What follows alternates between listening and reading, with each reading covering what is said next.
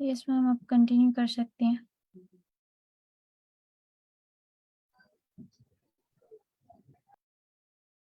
अच्छा, चैट में जो क्वेश्चन है कि रेकमेंड कर दें बुक डीएसए के लिए, तो मेरा क्वेश्चन है आपसे कि आपको बुक से क्यों पढ़ना है?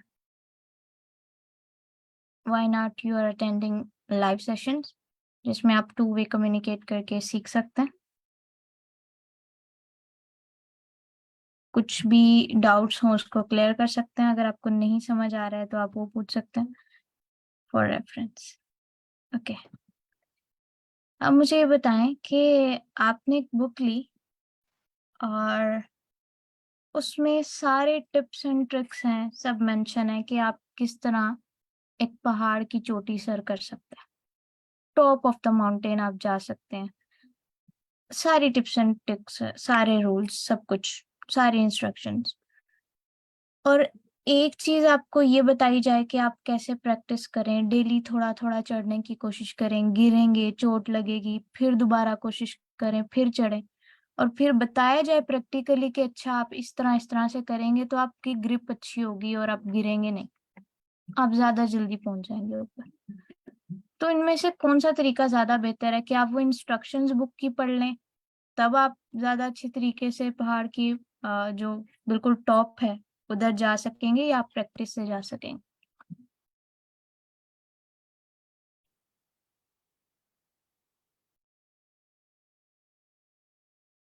आंसर, कौन सा तरीका ज्यादा अच्छा है?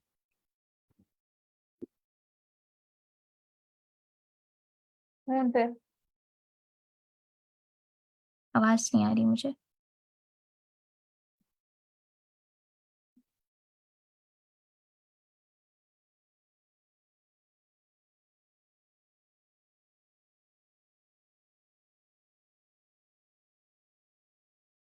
Well, I think sir Zafar ने भी सेशन में काफी चीजें जो है वो बताई हमें कि हमें किस तरह से प्रैक्टिस करके चीजों को लेकर जाना है।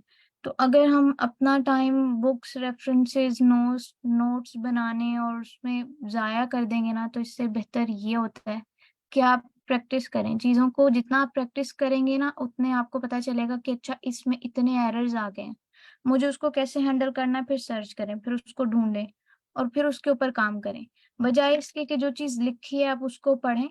वो थोड़ी देर तो आपके शॉर्ट टर्म मेमोरी में सेव रहेगा, बट लॉन्ग टर्म मेमोरी में तब तक वो चीज सेव नहीं होती है जब तक हम उसको प्रैक्टिस ना करें।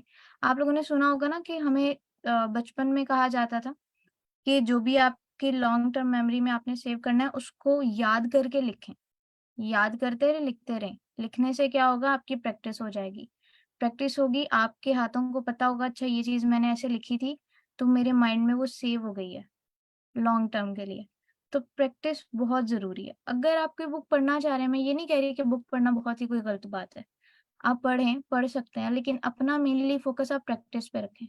बहुत कम टाइम दें इन चीजों को। अगर आपको एक प्लेटफॉर्म मिल रहा है ऐसा जहां से आप बेनिफिट ले सकते हैं, ऑनलाइन पढ़ सकते हैं, ठीक है, पढ़ा सकते हैं, अपना नॉलेज गेन कर सकते हैं, शेयर कर सकते हैं और लर्न कर सकते हैं सारा कुछ, तो फिर आप इस पे अपना टाइम इन्वेस्ट करें ना। बुक्स रेकमेंड नहीं करते हम, वो इसी वजह से नहीं करते क्योंकि बुक्स पढ़ के आपका नॉलेज गेन नहीं हो रहा होता। यूनिवर्सिटीज में हम कितनी बुक्स पढ़ते हैं, बहुत अच्छी होती हैं, ये नहीं है कि वो बहुत बुरी होती हैं, उनमें से सारी जो जितनी भी इंफॉर्मेशन है वो गलत है, बिल्कुल ठीक है। लेकिन उससे क्या होता है कि हमारी प्रैक्टिस नहीं हो रही होती। तो प्रैक्टिस करने के लिए हमें टाइम इन्वेस्ट करना पड़ेगा और उसके लिए हमें सेशंस में आना पड़ेगा और प्रैक्टिस करनी पड़ेगी। Ma'am, there is a difference between theory and practice. मुझे आपकी आवाज नहीं क्लियर आ रही है, आप दोबारा पूछ सकती हैं, क्या पूछ रही हैं? मैं कह रही हूँ there is hell of difference between theory and practice. Yes, exactly.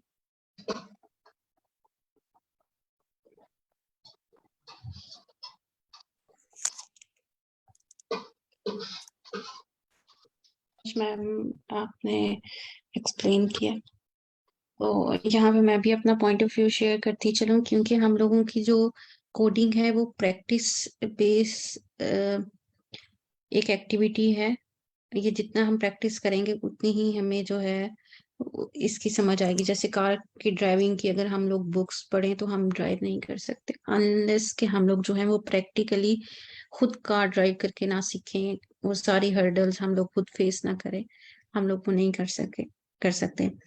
But at the same time it does not mean कि हम लोग डिनाई कर रहे हैं बुक्स की वैल्यू से।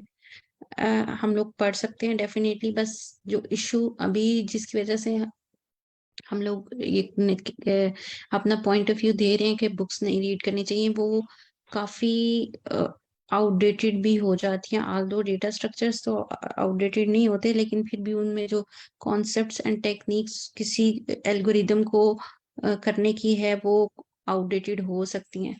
तो इसलिए जो है हम लोग फोकस करते हैं। और दूसरी सबसे इम्पोर्टेंट बात है कि जो कोडिंग है वो लिखने से नहीं आएगी। फॉर एग्जांपल आपने बुक पढ़ी and you try to note the things which are you consider कि ये valuable हैं, तो वो in the long run जो है वो थोड़ी सी कोडिंग पॉइंट ऑफ व्यू से बेनिफिशियल नहीं रहती। नंबर 2, मैंने खुद ये कोशिश कर रही हूँ कि जो मेन पॉइंट्स और क्रक्स हैं फॉर एग्जाम्पल अरे को लेके या इस तरह, तो वो मैं आप लोगों को साथ साथ बताती रहूं ताकि आपको जब इंटरव्यू में इस तरह की कोई क्यूरी आए तो आपको प्रॉब्लम ना हो। फॉर एग्जाम्पल आज हम लोग देखेंगे कि जो हम लोग एरे पास करते हैं वो बाय रेफरेंस पास होती है, जबकि जब हम कोई वेरिएबल नॉर्मल किसी फंक्शन में पास करते हैं तो वो बाय रेफरेंस नहीं बाय वैल्यू पास होता है। और इसका क्या डिफरेंस है और ये कैसे वर्क करता है ये भी मैं अभी आपको प्रैक्टिकली करके दिखाती हूँ, सो डैट अगर इंटरव्यू में कोई आपसे पूछे तो आपको पता हो कि अगर मैं एरे रिटर्न करवा रही हूँ और नहीं करवा रही तो क्या डिफरेंस आएगा, और अगर मुझे किसी वेरिएबल में चेंज करना है, उसकी वैल्यू में चेंज करना है तो वो कैसे होगा। तो ये सारे जो क्वेश्चन जो मेन पॉइंट्स हैं वो हम लोग कोशिश करेंगे।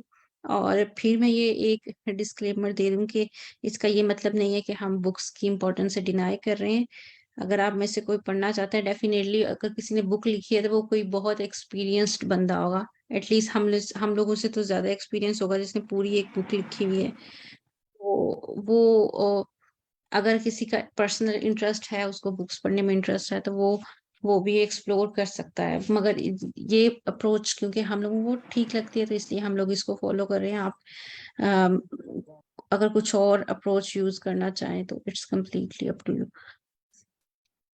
ओके, तो मुझे 1 मिनट दे, मैं स्टार्ट करती हूँ अपनी स्क्रीन शेयरिंग। अस्सलाम वालेकुम मैम। जी वालेकुम सलाम। मैम एक चैट में क्वेश्चन है, मैं उसका आंसर करना चाहूंगी। समवन आस्क कि मास्टर्स और गोइंग अब्रॉड जो है वो ओनली वे है हमारे पास गूगल जाने का।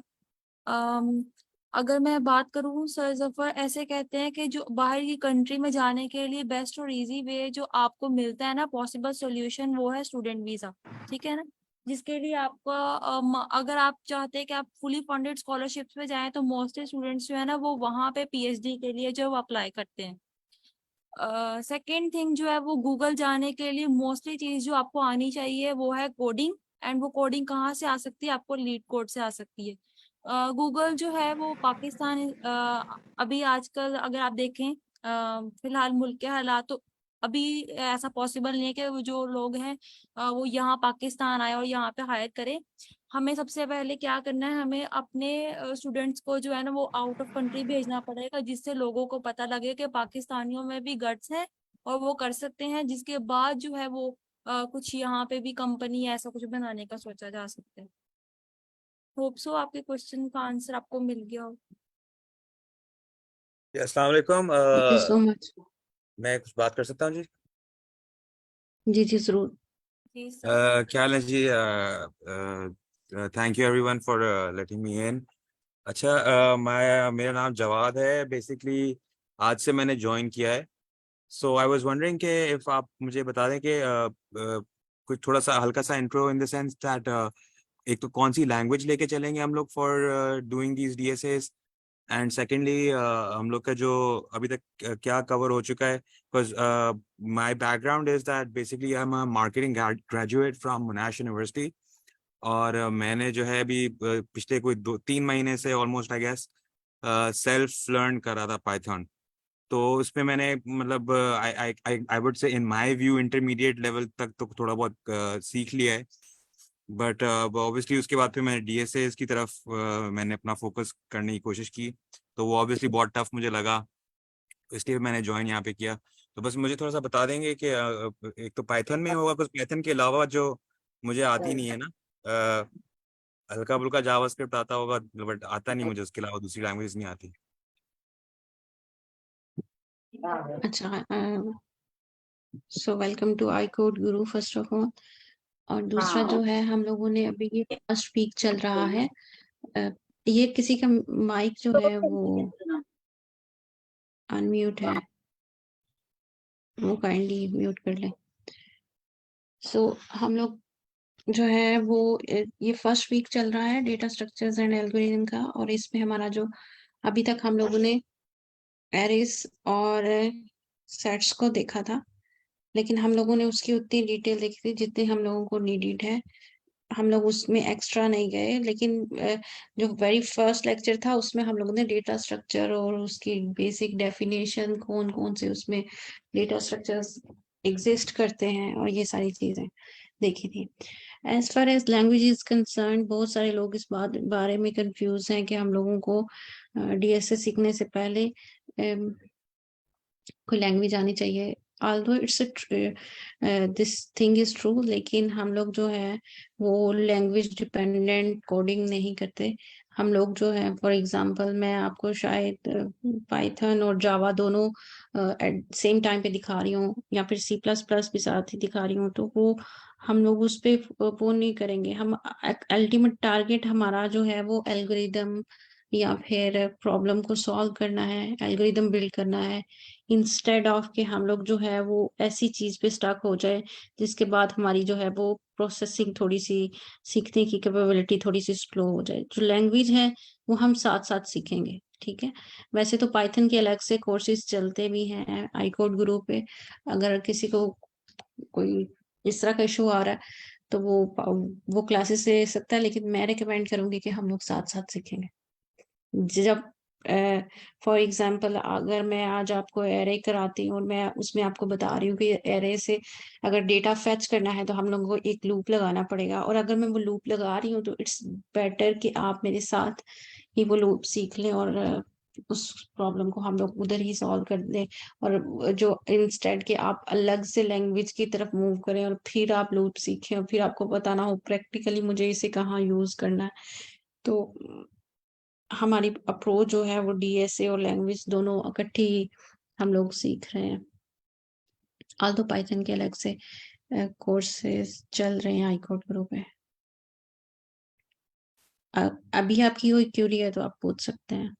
ठीक है जी, नहीं बस मेरा यही था, अगर पाइथन में है तो फिर तो कोई मसला नहीं है, पाइथन तो मुझे समझ में आती है। ठीक हो गया।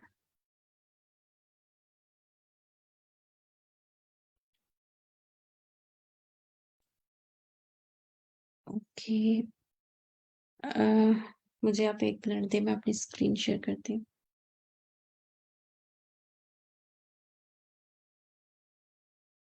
और वैसे भी लैंग्वेज जो है वो बैरियर नहीं है। अगर आपको कोडिंग आती है, आपका कॉन्सेप्ट क्लियर है, आपको पता है कि हाउ टू कोड, तो आप किसी भी लैंग्वेज में कर सकते हैं। लैंग्वेज सीखना मुश्किल नहीं है, आप एक लैंग्वेज से दूसरी लैंग्वेज पे इजीली जंप कर जाएंगे अगर आपको कोडिंग प्रॉब्लम्स को सॉल्व करना आता है, ठीक है। अगर आप 2+2 इंग्लिश में लिखेंगे और 2+2 हिंदी में लिखेंगे, दोनों का आंसर 4 आएगा। कॉन्सेप्ट सेम है, लैंग्वेज डिफरेंस है, तो नहीं वो तो इट्स आपकी नॉट अ बात बिग। बिल्कुल ठीक है, बट C में या C++, C# में वहां तो फिर गेम थोड़ी आगे निकल जाती है ना भाई, के वो डबल कोलन लग रहे हैं और मैं फिर डायनामिक ऐड स्टैटिक करना एरे और चाहूंगी। और पता नहीं पहले इतनी चीजें और लैंग्वेज करनी से पड़ती हैं, स्टैटिक परेशान नहीं वॉइड हो। ये वो।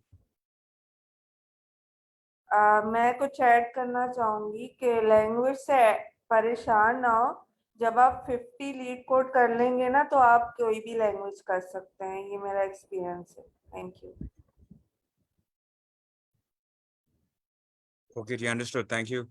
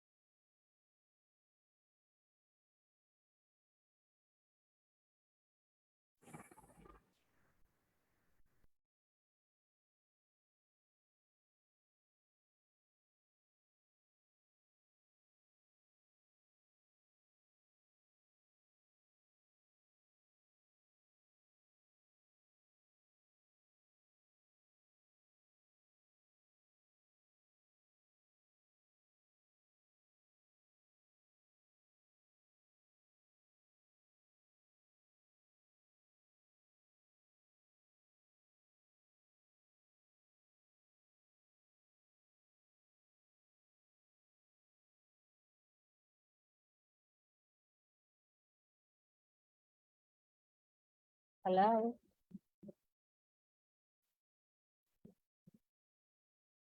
मैम हाँ, आप स्क्रीन शेयर करिए अगर आप मीटिंग में हैं तो। मैम वो मीटिंग में नहीं है, आई थिंक डिस्कनेक्ट हो गई। ओके, 1 मिनट तक वेट कर लेते हैं, अगर वो हमें रीजॉइन कर ले, अदरवाइज फिर हम क्वेश्चन स्टार्ट करते हैं।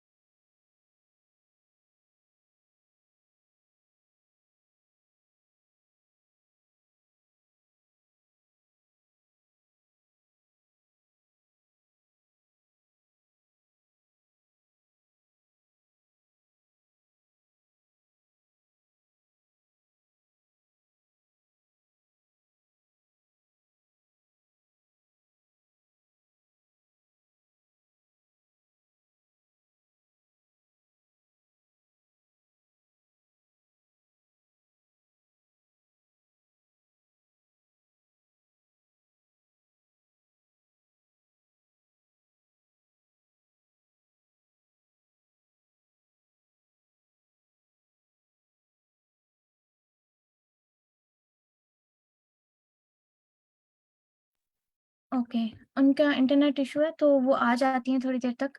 आप लोग को बताएं, कल आप लोगों ने क्या क्या डिस्कस किया, लीड कोड के प्रॉब्लम्स किए थे या नहीं?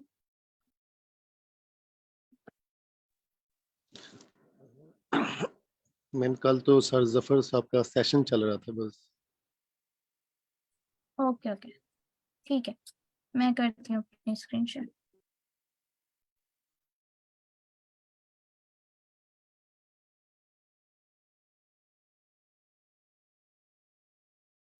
लेट मी नो जब मेरी स्क्रीन आप सबको विजिबल हो।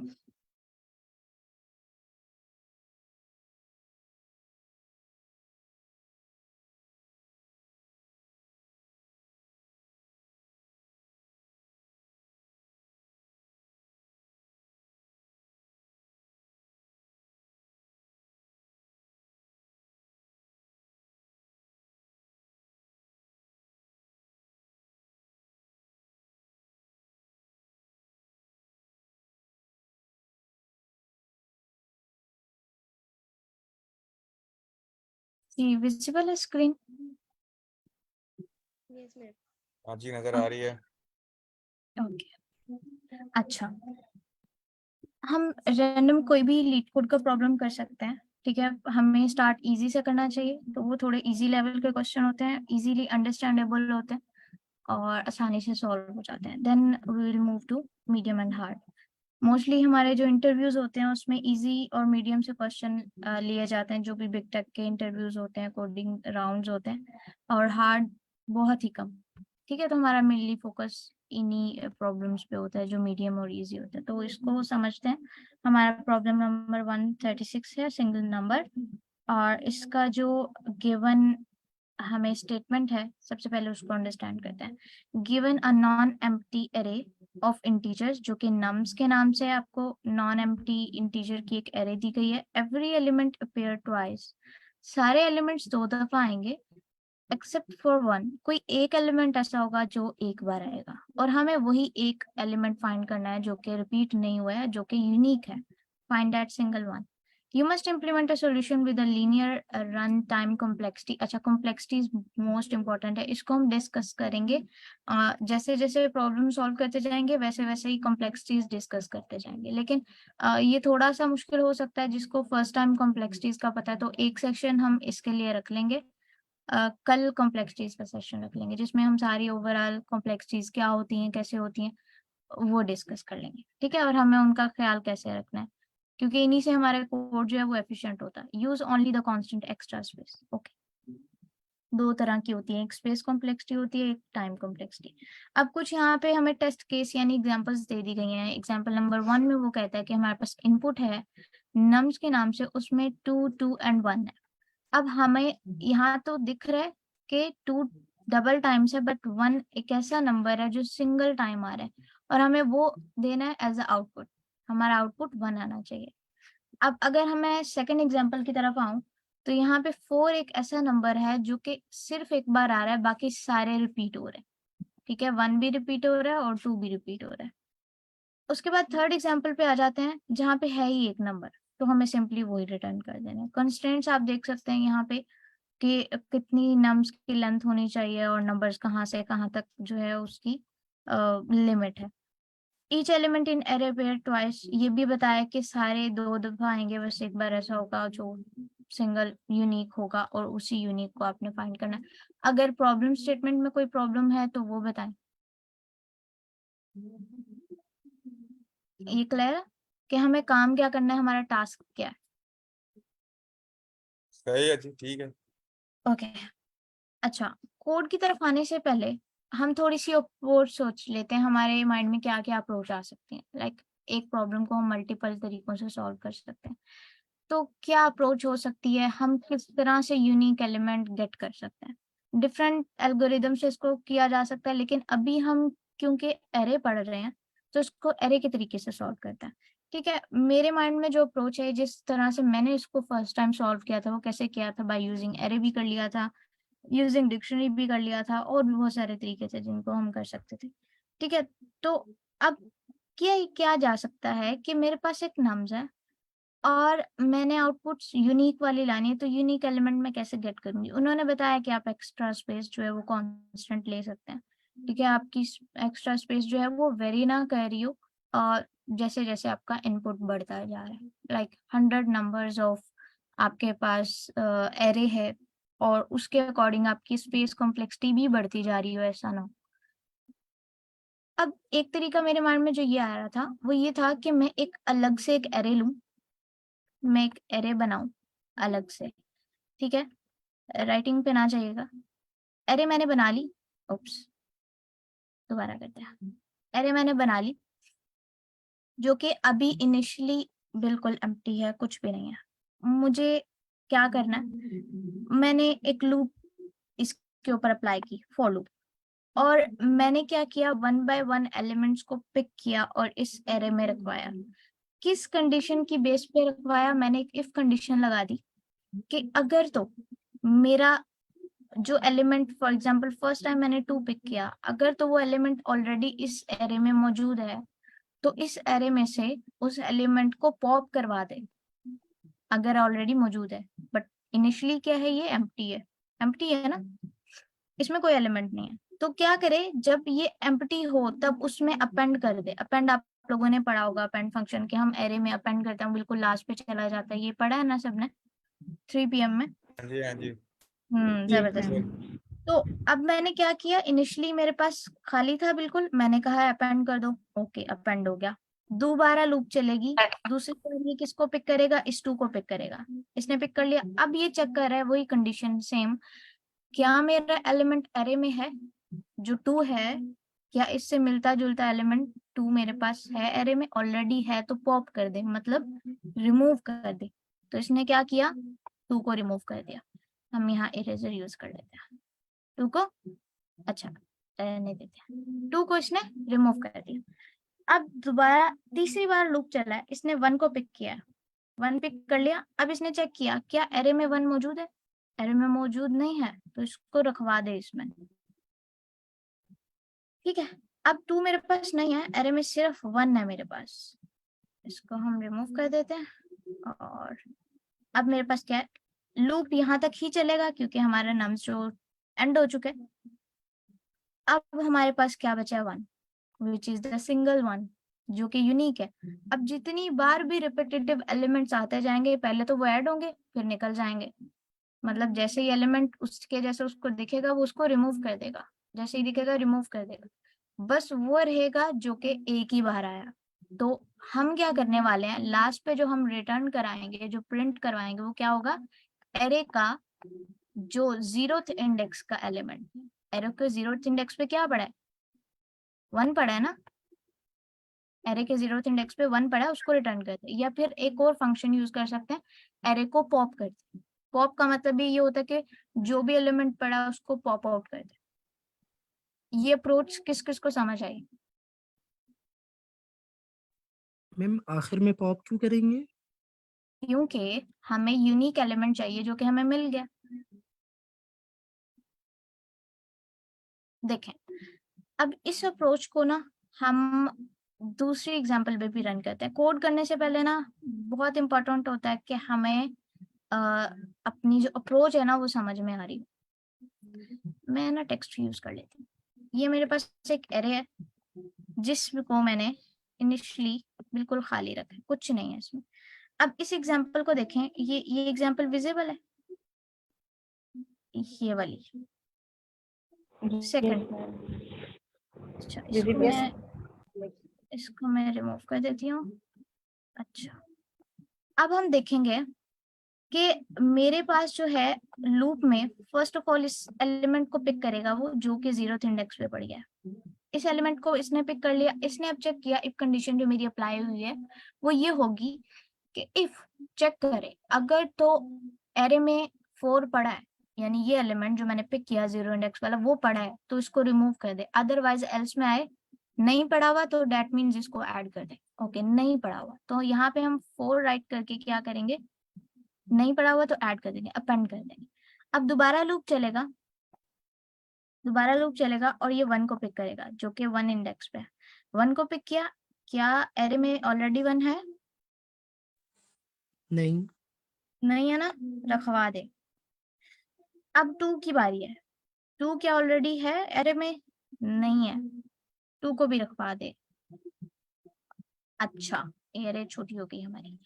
अब दोबारा 1 को करेगा, अब ये 2 इंडेक्स भी कवर हो गया, 3rd इंडेक्स पे आ जाए। 3rd इंडेक्स पे क्या पड़ा है, 1। क्या 1 ऑलरेडी है एरे में? यस। है ना? हाँ, इसको रिमूव कर दे, इसको रिमूव कर दिया। अब हमारे पास 4 और 2 है।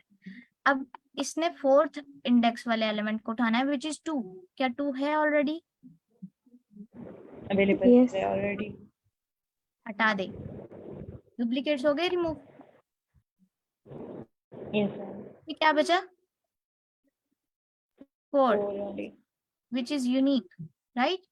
और हम एरे के 0th इंडेक्स को जब रिटर्न करवा रहे होंगे, ये एरे को डॉट पॉप से पॉप करवा रहे होंगे, डेट मीन्स उसमें जो एलिमेंट पड़ा होगा वो पॉप हो जाएगा, डेट मीन्स के वो हमें रिटर्न मिलेगा। तो ये यूनिक एलिमेंट हमें इस तरह से मिल जाएगा। अभी समझ आई इस अप्रोच की? इसको कोड करेंगे तो ज्यादा बेहतर तरीके से और भी समझ आ जाएगी। कोई ऐसा जिसको ना आई हो?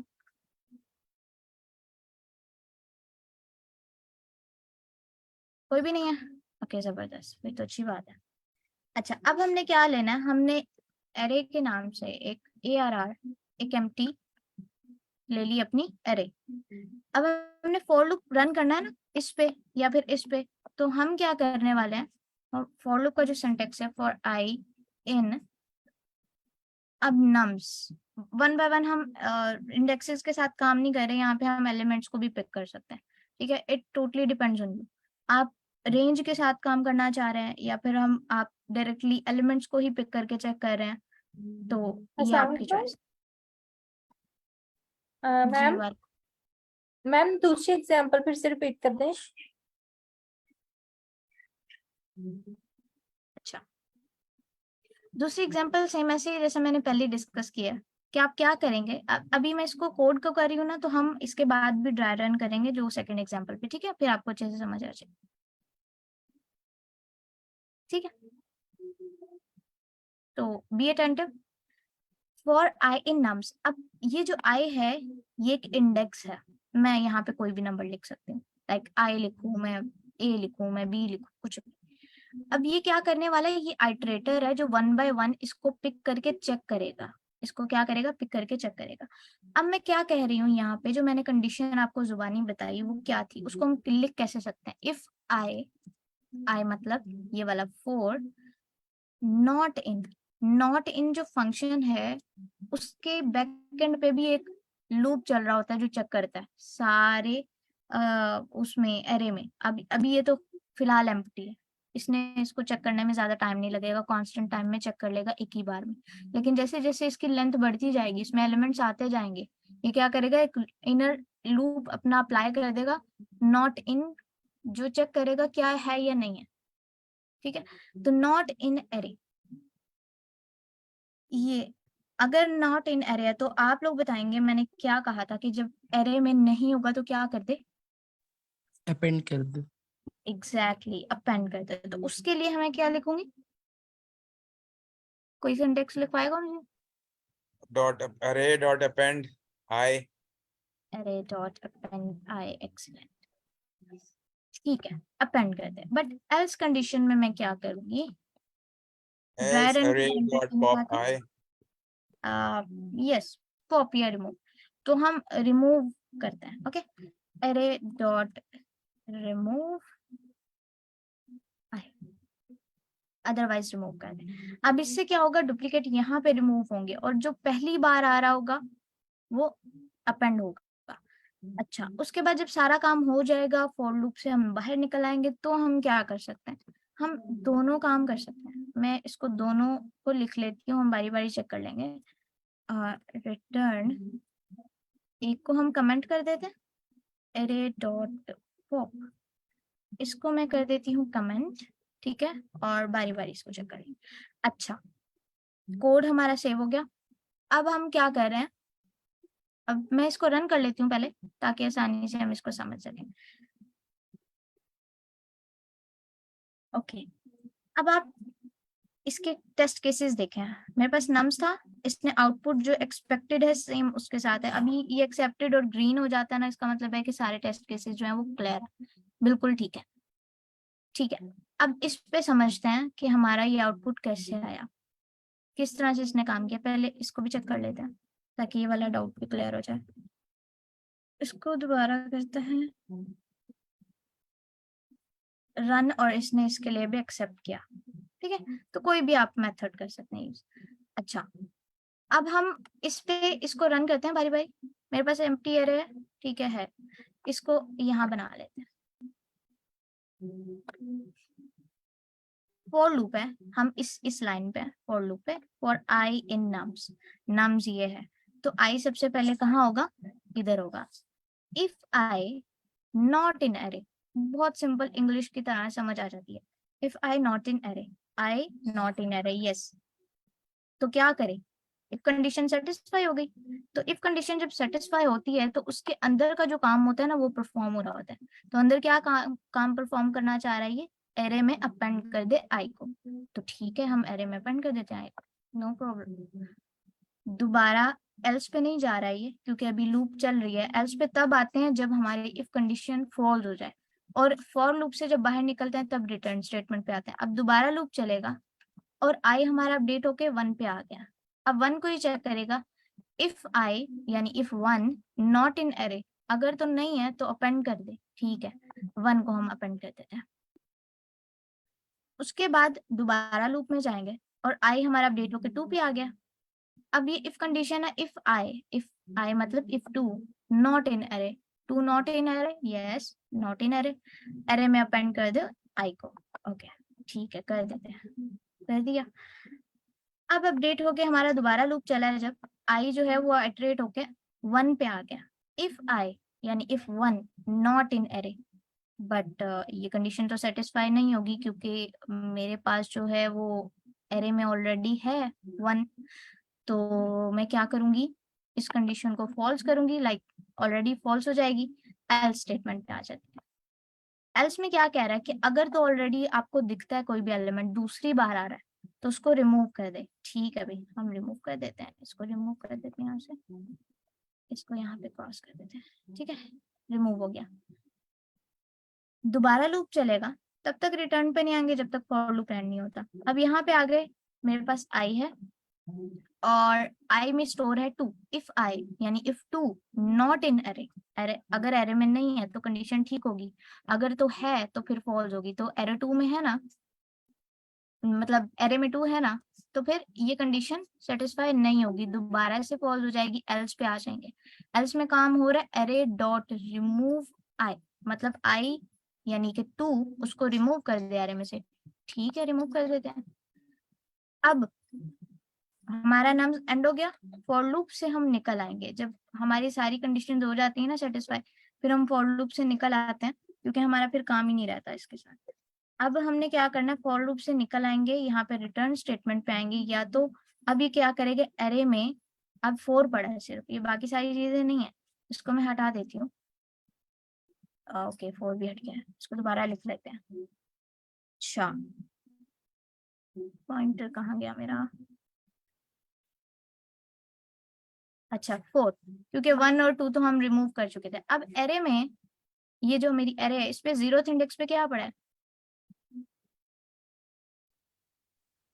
फोर पड़ा हुआ है उसपे, बट ये कि इसका हम लोग जो है एंड में फिर ये रिटर्न में पॉप करवा रहे हैं, तो मतलब उसका जो आखिरी एलिमेंट है वो निकलवा रहे हैं, बट वो फॉर लूप के अंदर जो है पॉप क्यों नहीं चल रहा है, उस पे इंडेक्स आउट ऑफ रेंज क्यों आ रहा है?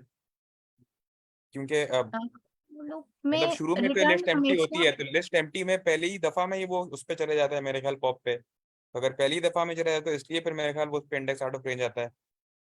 मुझे समझ नहीं आया आपके क्वेश्चन की। कि आपने पॉप नहीं यूज किया ना एल्स वाले ब्लॉक में, आपने पॉप यूज नहीं किया, आपने रिमूव यूज किया, राइट? तो वो क्योंकि मैंने अपने उस वाले में मैंने पॉप यूज किया, तो पॉप में जो है वो index out of range error आ जाता है ना, तो उसमें आई गेस वो पहले एम्प्टी लिस्ट पे जो है वो पहली दफा में वो एल्स कंडीशन पे चले जाता है, तो इसलिए फिर शायद वो हो रहा है। हाँ पॉप के साथ थोड़ा सा इश्यू है, तो इस वजह से मैंने भी इसको रेकमेंड नहीं किया यूज करते टाइम पे, फिर मैंने इसको रिमूव ही किया है क्योंकि वो इंडेक्सिंग के साथ थोड़ा सा इश्यू कर देता है। अभी ये क्या करेगा कि पॉप का मतलब ये है ना कि इसमें जो कुछ भी पड़ा है उसको रिमूव कर दे, मतलब उसके एरे में जो कुछ भी इसको नजर आ रहा है उसको रिमूव कर दे, तो फिर नहीं, ऐसे वो ना पॉप हो ना में तो कि वो आखिरी एलिमेंट को सबसे आखिरी वाला जो होता है उसको रिमूव करता है ना। हाँ करता है, लेकिन इस केस में मैंने जब इसको ट्राई किया था तो मुझे एरर मिला था,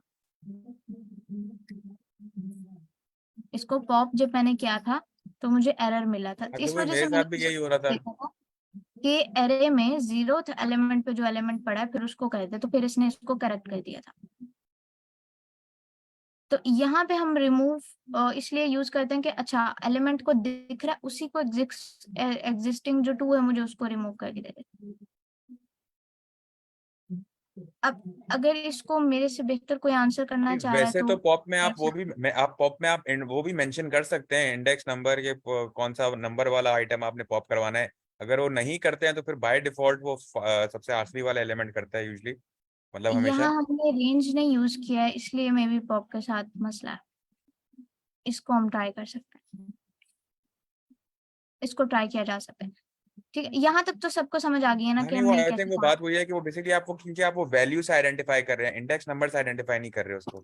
हाँ इंडेक्सिंग के साथ काम नहीं कर रहे हैं, डेट मीन्स हमने रेंज यूज नहीं किया। अगर मैं कहती for I in range length of nums, के लेंथ ऑफ नम्स के साथ चले और 0th इंडेक्स के साथ काम करे, तो इंडेक्सिंग के पॉइंट ऑफ व्यू से फिर हमें पॉप करना पड़ेगा। अभी अगर मैं यहाँ पे पॉप कर रही हूँ ना तो है ही इसके पास 0 इंडेक्स, तो पॉप यहाँ चल जाएगा, वहां पे वो इंडेक्स ढूंढता रहेगा, उसको नहीं पता चल रहा है अब क्योंकि रेंज नहीं बताई है। सही है, आई थिंक मैं इसको सही से एक्सप्लेन कर पाई हूँ। इस कोड में किसी को प्रॉब्लम तो नहीं है? और अच्छा, ये अब लीड कोड पे हमेशा क्लास डिफाइन करके क्यों करना है? मतलब ये जरूरी है कि क्लास डिफाइन करके आपने बनाना है, या नॉर्मली भी आप कर सकते हैं विदाउट फंक्शन? या लीड कोड का इंटरफेस यही होता है कि आपको क्लासेस में, ये हमें खुद डिफाइन नहीं करना होता, ये बिल्ट इन होता है। जब भी आप लीड कोड का ये प्लेग्राउंड यूज करते हैं, इसको जैसे ही ओपन करते हैं प्रॉब्लम को, तो ये ऑलरेडी यहाँ पे मेंशन होती हैं ये सारी चीजें।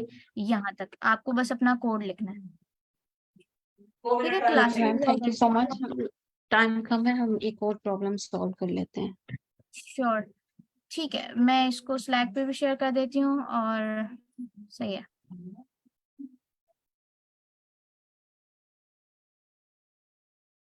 अच्छा ठीक है, आप लोगों को मेरी स्क्रीन नजर आ रही है? जी आ रही है नजर। ठीक है, हम लोगों का अभी जो प्रॉब्लम हम सॉल्व करने लगे हैं उसका नाम है लॉन्गेस्ट कंसेक्यूटिव सीक्वेंस। तो हमारे पास एक्चुअली है क्या, पहले स्टेटमेंट पढ़ के देखते हैं क्या लिखा हुआ है। Given an unsorted array of integers nums return the length of the longest consecutive elements sequence. और इसमें हमें एक और कंडीशन भी दी हुई है, you must write an algorithm that runs in big O of n times। हमारे पास जो क्वेश्चन है एक्चुअली वो ये है कि हमें एक एरे दी हुई होगी, जैसे ये इनपुट एरे है, और हम लोगों ने जो है उसमें बताना है कि लॉन्गेस्ट कंसेक्यूटिव सीक्वेंस कौन सा बनता है। फॉर एग्जांपल अगर हम इसमें देखें तो 1 2 3 एंड 4 जो है वो हमारे पास एक लॉन्गेस्ट कंसेक्यूटिव सीक्वेंस है एज कंपेयर टू 100 और 200। अब जो कंसेक्यूटिव सीक्वेंस का मतलब होता है 1 का जंप, फॉर एग्जांपल जैसे 1 2 है इस तरह। अगर इस वाले केस में देखें या किसी और केस में 4 5 6 7, तो ये भी एक कंसेक्यूटिव सीक्वेंस है। फॉर एग्जांपल 100 101 102, तो अगर इस तरह होता है तो फिर हम लोग जो है उसे बोलेंगे कंसेक्यूटिव सीक्वेंस। अब हम लोगों ने जो बताना है वो बतानी है, फर्स्ट ऑफ ऑल हमने आइडेंटिफाई करना है लॉन्गेस्ट कंसेक्यूटिव सीक्वेंस, और उसके बाद उसकी जो है वो लेंथ रिटर्न करनी है। ये बात समझ में आ रही है आप लोगों को? क्वेश्चन क्या है? क्वेश्चन में जो है हम लोगों ने जो अल्टीमेट रिटर्न करना है वो हमारे पास होगी सिर्फ और सिर्फ लेंथ उस फंक्शन की, उस सीक्वेंस की, ठीक है? अच्छा, अब हम लोग इसको एक एक वैसे अगर हम एक मेथड यूज करें कि हम लोग इस एरे को सॉर्ट कर देते हैं, ठीक है? और सॉर्ट करने के बाद जो है हम लोग अगर सॉर्ट कर दें तो ये जल्दी रन सॉल्व नहीं हो जाएगा? आप लोगों का क्या ख्याल है इस बारे में? पर वो, लेकिन फिर वो सॉर्ट का भी तो फिर वो भी तो फिर उसमें टाइम कम्प्लेक्सिटी, और बिगो में सॉर्ट का भी टाइम ऐड हो जाएगा। बिल्कुल ऐसा वो ही है, अलग क्योंकि नहीं उन्होंने होता हमारे है। पास यहाँ पे हमें उन्होंने एक कंडीशन दी हुई है कि हम लोगों को टाइम कम्प्लेक्सिटी है वो बिग ऑफ एन में ही रहना है, ठीक है? तो जो सॉर्टिंग एल्गोरिथम होता है ना हमारे पास पाइथन में, उसकी कम्प्लेक्सिटी जो है वो आई गेस आई थिंक वो भी बिगो एन ही है शायद। बिग ऑफ एन है, लेकिन उस अच्छा, तो हमारे पास जो है उसकी कम्प्लेक्सिटी बिग ऑफ, एक सेकंड प्लीज।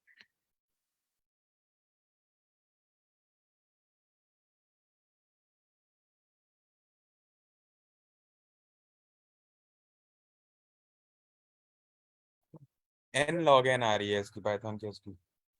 अच्छा, तो हम लोग बात कर रहे थे कि सॉर्टिंग एल्गोरिथम जो है उसकी कम्प्लेक्सिटी तो वो n log n होती है, ठीक है? तो हम लोग उसके थ्रू इसको सॉल्व नहीं कर सकते, इसलिए हम लोगों को कोई ना कोई अल्टरनेट अप्रोच जो है वो फाइंड आउट करनी पड़ेगी जिसके थ्रू हम इसे सॉल्व कर सकें। अच्छा मैम, यहाँ पे अगर मैं शेयर कर दूं, जिस तरह से मैंने सॉल्व इसको किया था कि पहले मैंने इसको नम्स को सेट में कर लिया था, फिर एक वेरिएबल लिया था जिसको 0 से इनिशियलाइज करके, तो मेरा जो फॉर लूप मैंने यूज किया था वो सिंगल टाइम चला था, लाइक एक ही बार मेरा फॉर लूप चला है, और फिर वाइल जो है उसने आइट्रेशन स्टार्ट किया। तो अगर मैं यहाँ शेयर कर दूं तो आप इसको डिस्कस कर सकती हैं।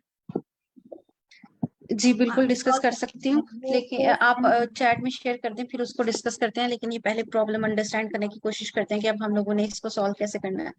हम लोगों ने एक चीज देख ली कि अगर हम लोग बिल्ट इन जो सॉर्ट का एल्गोरिदम है पाइथन का वो यूज करते हैं और इसको सॉल्व करने की कोशिश करते हैं, तो उसमें हमें प्रॉब्लम ये आ रही है कि उसकी complexity n log of n है, और जो कि हम लोग यूज नहीं कर सकते। So we need to identify some solution, और उसके लिए हम लोग लेट से कि ये फर्स्ट वाली अरे ही कंसीडर करते हैं, और ये लेट से कि हम लोगों ने मैंने सिर्फ एक ये इमेजिनरी लाइन क्रिएट की है, और यहाँ पे अगर हम लोग लिखते हैं कोई without jumping into the coding, let's see कि ये कैसे वर्क करेगा। वैसे ही मैनुअली से कर रहे हैं, हम अभी कोडिंग को डिस्कस नहीं कर रहे कि मेरे पास एक सीक्वेंस ये बनेगा 1 2 3 एंड 4। मेरे ख्याल से मुझे टेक्स्ट ही यूज कर लेना चाहिए, और उसके बाद एक और बनेगा, एक सेकेंड में टेक्स्ट यूज करते हैं, एक बनेगा 100, और उसके बाद जो है वो आगे बनेगा हमारे पास 200। अगर हम लोग इसको देखें तो हमें यही समझ आ रहा है ना, यही हमारे पास सीक्वेंस बनेंगे। तो अब हमने आइडेंटिफाई फर्स्ट ऑफ ऑल कैसे करना है कि ये पॉसिबल सीक्वेंस हो सकता है। जब अगर आप इस पे गौर करें तो कोई भी सीक्वेंस स्टार्ट होने की इंडिकेशन क्या है कि उससे पहले कोई चीज एग्जिस्ट नहीं करती। सीक्वेंस जो है यानी उससे पहले वाला एलिमेंट एग्जिस्ट नहीं करता। अगर हम सिर्फ 100 की बात करें तो 100 से पहले 99 एग्जिस्ट नहीं कर रहा, 1 से पहले 0 एग्जिस्ट नहीं कर रहा। तो हम यूं कह सकते हैं कि अगर हम लोग ये जो करंट एलिमेंट है इसमें से माइनस करें, नहीं तो अगर सीक्वेंस हम आइडेंटिफाई करने के ये लिए कहें ये सॉरी सीक्वेंस आइडेंटिफाई करने के लिए ये नहीं है कि लाइक वो आपकी आवाज मुझे ठीक से नहीं आ रही। मैंने कहा सीक्वेंस आइडेंटिफाई करने के लिए तो ये नहीं है कि भाई वो उसके बाद असेंडिंग ऑर्डर में वो एक चीज है, उसके बाद जो है नेक्स्ट नंबर वही आ रहा है जो यहाँ पे है, मतलब 1 के बाद 2 आ रहा है, 2 के बाद 3 आ रहा है। जब हम लोग इस पे आएंगे, आप बिल्कुल ठीक कह रहे हैं कि सीक्वेंस आइडेंटिफाई करने के लिए हमें यही देखना पड़ेगा कि उसके लेटर क्या आ रहा है, लेकिन सीक्वेंस स्टार्ट कहाँ से हो रहा है ये भी तो आइडेंटिफाई करना जरूरी है ना। फॉर एग्जांपल अगर मैं 2 पे हूँ तो 2 के बाद ठीक है मेरे पास 1 इंक्रीमेंट करूँ, 3 अरे में एग्जिस्ट कर रहा है, सही 4 सही एग्जिस्ट समझ कर गया, रहा है। सही मैं समझ गया, ठीक है जी, सही है मतलब ऑब्वियसली अगर 2 होगा तो फिर अगर से 2 से पहले अगर -1 आया हुआ है तो फिर वो सीक्वेंस डिस्टर्ब हो गई 2 की, तो फिर जो है वो -1 एक अलग सीक्वेंस का एंड होगा और 2 एक अलग सीक्वेंस का स्टार्ट होगा। तो हम लोगों को फर्स्ट ऑफ ऑल ये 3 सीक्वेंस आइडेंटिफाई करने हैं। ठीक है, अब ये 3 सीक्वेंस इस अरे ये वाली जो इनपुट अरे है इसमें तो अभी हम लोगों ने इसको ब्रेक डाउन नहीं किया, हो सकता है इसमें इससे ज्यादा सीक्वेंस हो या उसकी नेचर कुछ भी हो सकती है। तो फिर हम लोगों को करना क्या होगा कि सबसे पहले हम लोग आइडेंटिफाई करते हैं अपना सीक्वेंस कहाँ से स्टार्ट हो रहे हैं। ठीक है, जब हमारे पास ये, और वो कैसे होगा, हम लोग जो करंट की वैल्यू है उसमें से अगर -1 कर दें, n-1 करें तो हमें पता चल जाएगा कि अगर वो n-1 जो है एग्जिस्ट नहीं करता हमारी एरे में, तो फिर इसका मतलब है जो n है वहां से हमारे पास सीक्वेंस स्टार्ट हो रहा है। और फिर हम लोग इसी तरह यहाँ 100-1 करेंगे, 99 एग्जिस्ट नहीं करता अरे में तो 100 से सीक्वेंस स्टार्ट हो रहा है। 200-1 करेंगे 199 आएगा, 199 को हम अपनी अरे में चेक करेंगे क्या कहीं ये एग्जिस्ट करता है या नहीं। अगर वो एग्जिस्ट नहीं करेगा तो फिर हम कहेंगे ठीक है जी 200 से भी स्टार्ट हो रहा है। अब देखिए ये 4 के केस में हम क्या करेंगे, 4-1 करेंगे, क्या आया 3। तो हमने देखा कि अरे में 3 एग्जिस्ट करता है तो हम कहेंगे नहीं 4 से सीक्वेंस स्टार्ट नहीं हो रहा।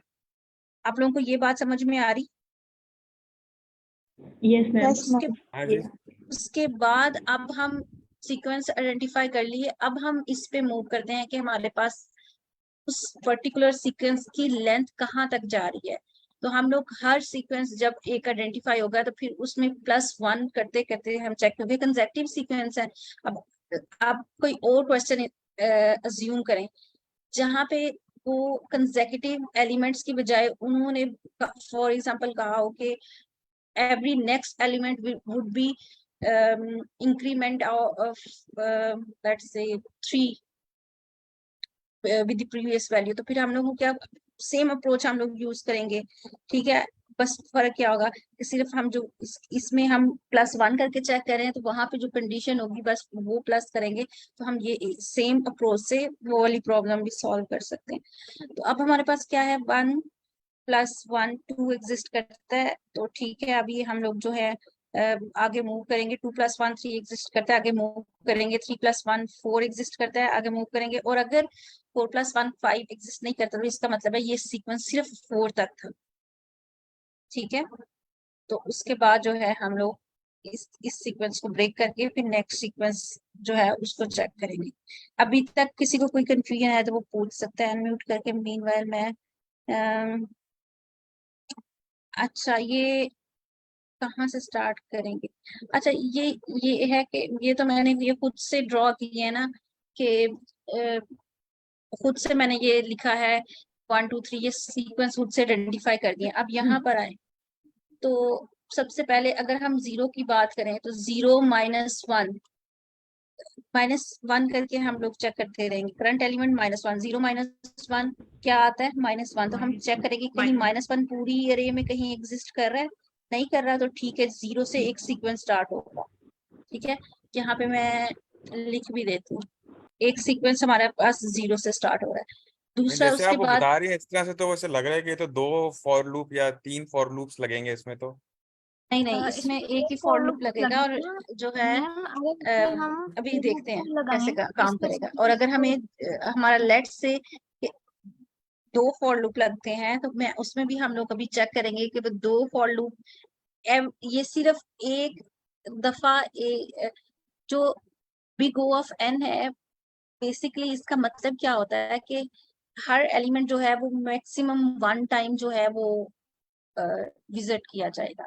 ठीक है, अच्छा मैं आपको एक और बिग ऑफ n की बात बता दूं कि ये बिग ऑफ n जो है वो डायरेक्टली प्रोपोर्शनल होता है हमारे लूप के।